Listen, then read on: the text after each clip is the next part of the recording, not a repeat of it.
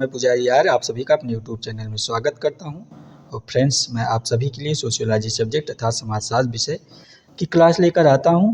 लेकिन आज मैं आप सभी की बेहद मांगों पर आप सभी छात्र छात्राएं जो कमेंट करके कहते थे कि सर जो है आप फर्स्ट पेपर की PDF दे दीजिए, फर्स्ट पेपर का एक बार डिस्कशन करा दीजिए। तो मैं आप सभी के बीच ये जो फर्स्ट पेपर होता है हायर एजुकेशन में यानी कि असिस्टेंट प्रोफेसर के लिए, खासकर ये जो सिलेबस है आपका, आप किसी भी विषय से एग्ज़ाम देते हैं, चाहे आप असिस्टेंट प्रोफेसर की किसी भी सब्जेक्ट से, चाहे आप सोशियोलॉजी से देते हों या जियोग्राफी से देते हों या हिस्ट्री से देते हों, इकोनॉमिक्स से देते हों, पोल से देते हों और किसी भी सब्जेक्ट से देते हैं, यानी इतिहास, भूगोल, हिंदी, इंग्लिश, किसी से, राजनीति शास्त्र, तो आप सभी के लिए ये जो फर्स्ट पेपर होता है जो है फर्स्ट प्रश्न पत्र अनिवार्य होता है। ये किसी भी सब्जेक्ट के हैं आपका, क्योंकि आप जानते ही होंगे असिस्टेंट प्रोफेसर का एग्ज़ाम जो लोग दिए होंगे, जो लोग पहली बार दे रहे हैं, खासकर उनके लिए महत्वपूर्ण जानकारी है।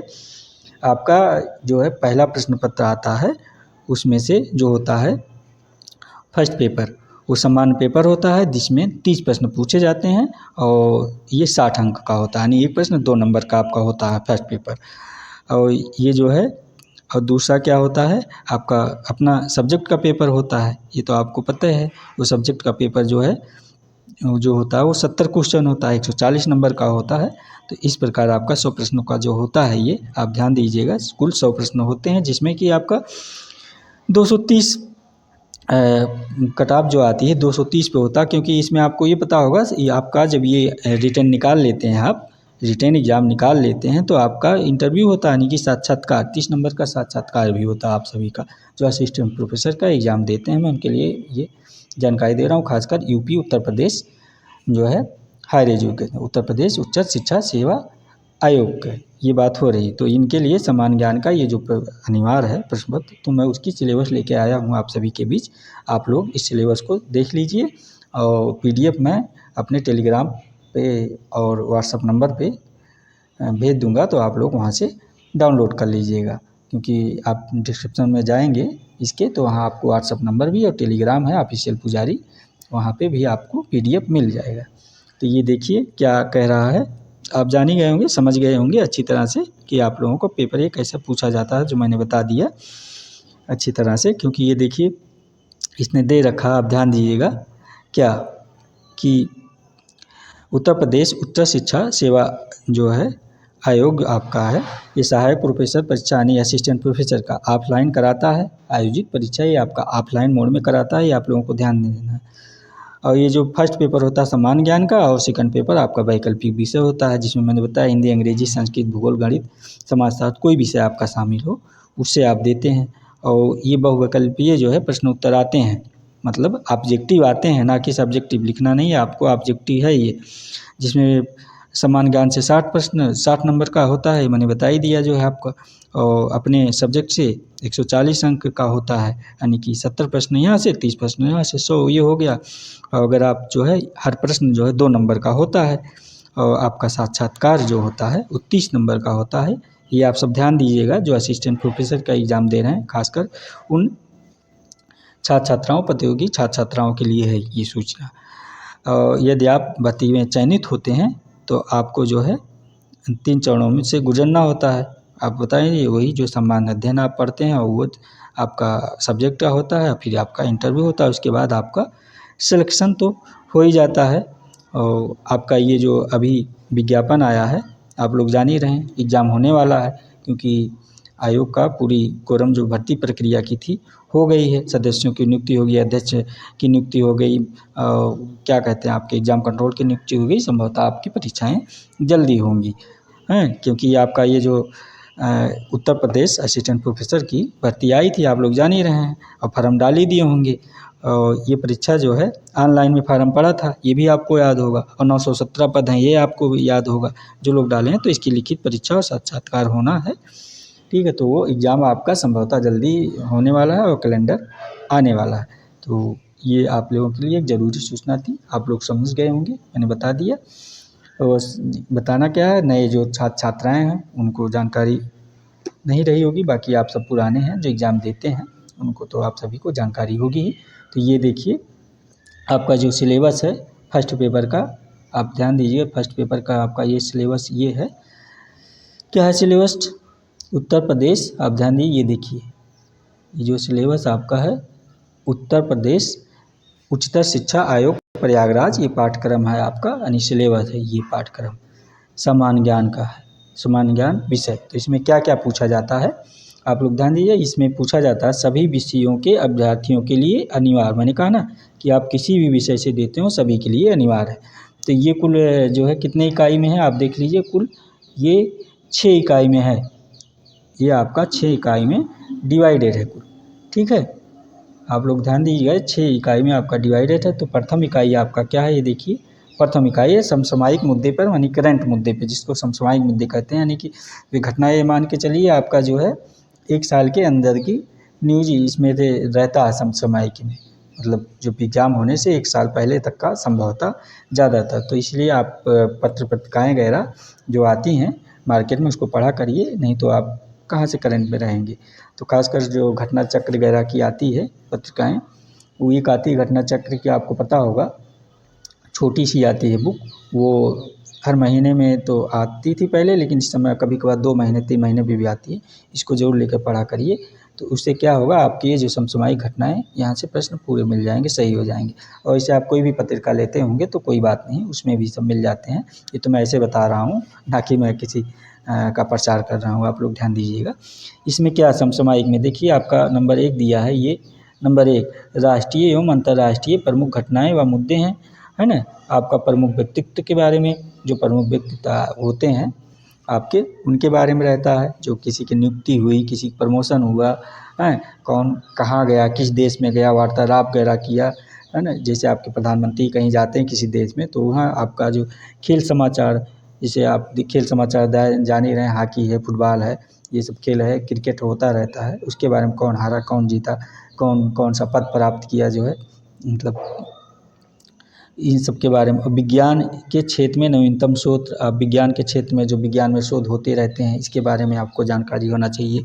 कौन सी जो है अभी जल्दी सेटेलाइट लॉन्च की गई है, कौन सी सेटेलाइट नहीं, किस देश ने लॉन्च किया है, उसमें क्या क्या खूबियाँ हैं, जो है किसकी मारक क्षमता कितनी है, ये सब टेक्निकल जानकारी आपको होनी चाहिए। तो ये करंट में रहेंगे तभी आपको ये जानकारी मिलेगा। तो इस सामान्य ज्ञान का प्रथम प्रश्न पत्र है आपके, खासकर उन छात्र छात्राओं के लिए मैं बता दे रहा हूँ जो उत्तर प्रदेश शिक्षा सेवा चयन आयोग की एग्ज़ाम प्रक्रिया में असिस्टेंट प्रोफेसर के शामिल होंगे, उनके लिए इस सिलेबस स्पेशली यूपी का है, उत्तर प्रदेश से, ठीक है। आप लोग इस चीज़ को ध्यान दीजिए। इकाई 2 क्या है, क्या कह रहा है आपका इकाई 2, ये इकाई 2 आपका है शिक्षण एवं शोध आवृत्ति से है। इकाई 2 शिक्षण एवं शोध आवृत्ति है। शिक्षण एवं शोध आवृत्ति में क्या होता है आपका, देखिए, शिक्षण प्रकृति, उद्देश्य, आवश्यकताएं, विधियां, मूल्यांकन तथा शिक्षण को प्रभावित करने वाले कारक के बारे में आप इसको जो है पढ़िएगा। और शोध से संबंधित जो है जानकारी, आप संधि, शोध, तात्पर्य एवं प्रणाली है इसका, और आपका आंकड़ा, शोध एवं संकलन विश्लेषण है, आपकी जो है भारतीय उच्च शिक्षा गुणात्मक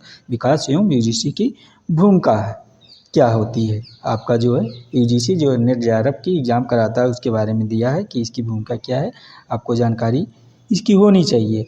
अगला क्या कह रहा है आपका इकाई 3 क्या है, आप ध्यान दीजिए। इकाई 3 आपका ये किसके बारे में कह रहा है, सूचना एवं संचार प्रौद्योगिकी तत्काल लाभ एवं दुष्परिणाम, यानी जो आधुनिक युग चल रहा है इसमें सूचना एवं संचार प्रौद्योगिकी जान ही रहे, इलेक्ट्रॉनिक सबके पास जो है इस समय सोशल मीडिया है, यानी कि सबके पास इंटरनेट है, मोबाइल है, ईमेल की सुविधाएं हैं। तो यहाँ से कैसे क्या सूचना एवं संचार प्रौद्योगिकी आईसीटी जिसको कहते हैं, इसके बारे में जानकारी है। तो इसके बारे में भी आपको पढ़ना नहीं, कंप्यूटर संबंधित नॉलेज होना चाहिए कुछ ना कुछ इसके बारे में। तो इसकी बुक आती है मार्केट में, बहुत बुक हैं, पतली पतली हैं, आप पढ़ के देख लीजिएगा, वहाँ से आपको पूरी जानकारी हो जाएगी।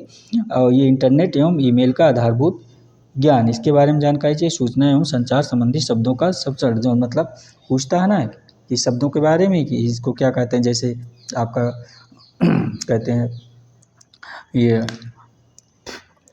कंप्यूटर का जो है मेमोरी किस में रहती है, उसको क्या कहते हैं, जो है डेस्कटॉप किसे कहते हैं। तो इसे जो आपके संचार संबंधी शब्दों का संरक्षण एवं जानकारी आपको होना चाहिए अच्छे से। सीपीयू क्या है ना, ये आपको जानकारी होनी चाहिए। कंप्यूटर इकाई देखिए 4 इकाई नंबर क्या है इसमें, मानव एवं पर्यावरण से संबंधित है। इकाई नंबर 4 मानव एवं पर्यावरण से संबंधित है।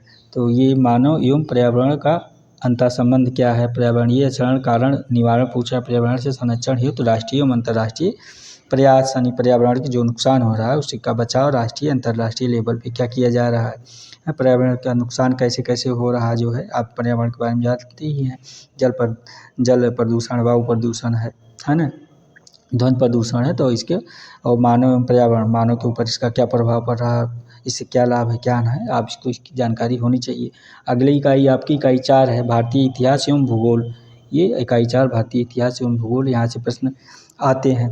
तो आपकी ये देखिए दिया है 1 नंबर क्या कह रहा है, भारतीय संस्कृति की प्रमुख विशेषताएं, भारतीय राष्ट्रीय आंदोलन 1857-1950, ब्रह्मांड की उत्पत्ति एवं मंडल, भारत का समान भूगोल। ये भारतीय संस्कृति की प्रमुख विशेषताएं, कल्चर और संस्कृति के बारे में आपको जानकारी होना चाहिए। भारत की जो है रहन सहन, खान पीन, यही सब है भारत की संस्कृति की विशेषताएं जो है।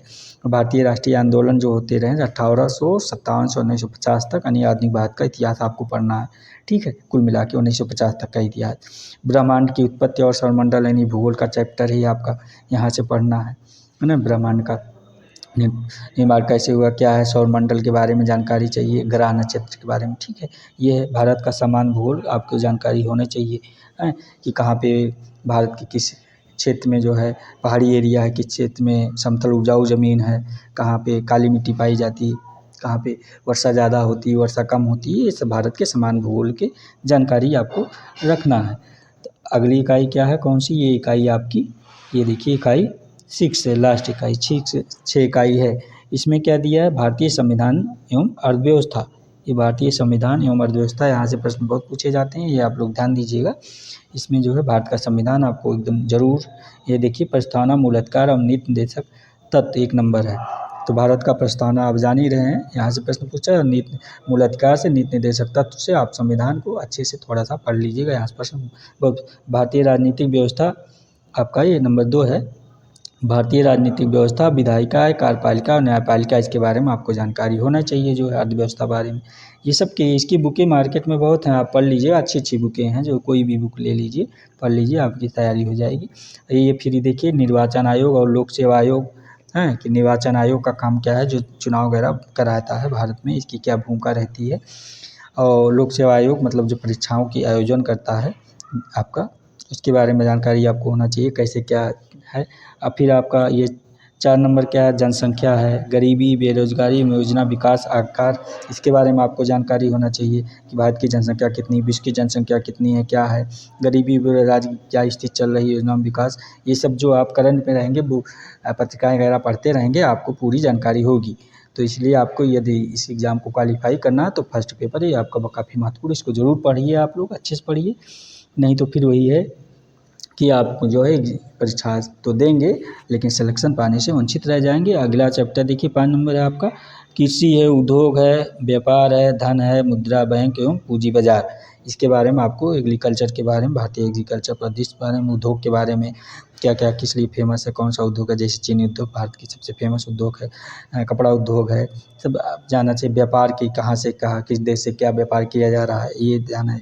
धन, मुद्रा मतलब बैंकिंग के बारे में, पूंजी बाजार के बारे में क्या होता है, सब थोड़ी जानकारी आपको होनी चाहिए अच्छे से, यदि आपको एग्ज़ाम क्वालीफाई करना है। तो ये था आपका, देखिए फर्स्ट पेपर था, मैं आपको बता दिया ये। हाँ, ये तो हिंदी में था आप सभी का, और इंग्लिश में जिनको चाहिए, कुछ हमारे जो है प्रतियोगी छात्र छात्राएँ होंगे जो इंग्लिश मीडियम के होंगे, उनको इंग्लिश में, हिंदी में कम समझ में आता है, तो इंग्लिश मीडियम मैंने भी ये PDF देखिए आपको दे दिया है, आप इसको यहाँ से प्राप्त कर लीजिएगा।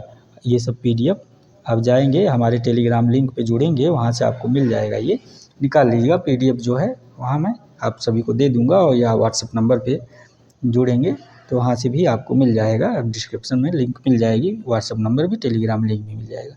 ये वही सेम है, आपको मैं बता दूं, ये सेम वही है, UP higher education service commission Prayagraj, जो मैंने अभी हिंदी में बताया है। ये देखिए सिलेबस है, सिलेबस मतलब पाठ्यक्रम हो गया, जनरल नॉलेज हो गया यानी सामान्य ज्ञान हो गया, है ना।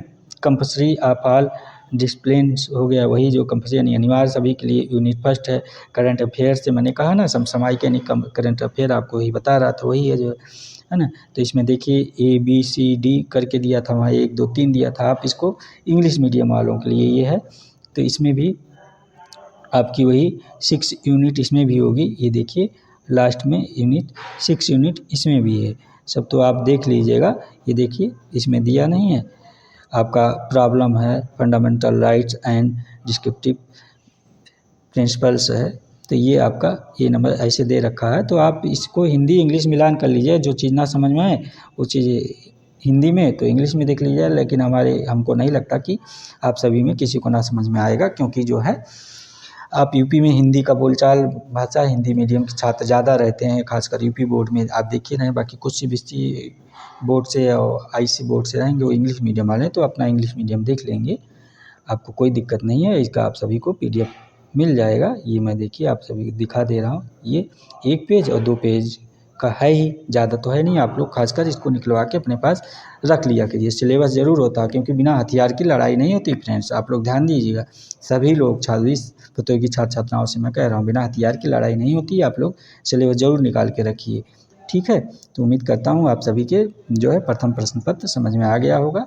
आप सभी हमारे चैनल को लाइक कर दीजिए, सब्सक्राइब कर दीजिए और शेयर कर दीजिए, ताकि इस निःशुल्क क्लास का बेनिफिट आप सभी को प्राप्त हो सके। वैसे फ्रेंड्स मैं आप सभी के बीच पर्सनली सोशियोलॉजी का सब्जेक्ट लेकर आता हूँ, सोशियोलॉजी पढ़ाता हूँ। आप सब मुझे जान ही रहे, मैं पुजारी यार आप सभी का जो है अपने यूट्यूब में स्वागत करता हूँ। आप सब मेरा चैनल ज़रूर देखा करिए, और इसलिए देखा करिए क्योंकि ये महत्वपूर्ण चैनल इसलिए कि आप लोगों को अगर एग्ज़ाम देंगे असिस्टेंट प्रोफेसर के, टीजीटी ये पीजीटी, आप जो है किसी भी प्रकार का, खासकर सोशियोलॉजी से, तो ये क्लास महत्वपूर्ण है, इसको ज़रूर देखा करिए।